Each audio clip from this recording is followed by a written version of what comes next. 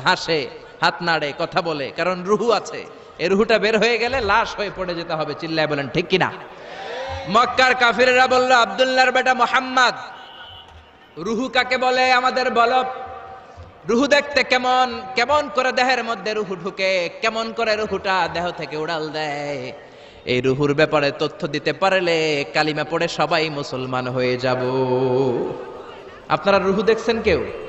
আপনার দাদা যে মারা গেল, বাবা যে মারা গেল, রুহুটা যে উড়াল দিল, দেখছেন? কালার কেমন, সাইজ কতটুকু, ওজন কতটুকু, দেখতে কেমন? আমরা কেউ রুহু দেখেছি? চিল্লায় বলেন দেখেছি। বিশ্বনবীরে বলা হলো, আব্দুল্লাহর বেটা মুহাম্মদ, রুহু কারে বলে যদি বলতে পারো কালিমা পড়বো। বিশ্বনবী বলতে পারে না, কারণ বিশ্বনবী মন গড়া কোনো কথা বলেন না। আকাশ থেকে গ্রিন সিগন্যাল আসলে তবেই বলেন, ঠিক কিনা?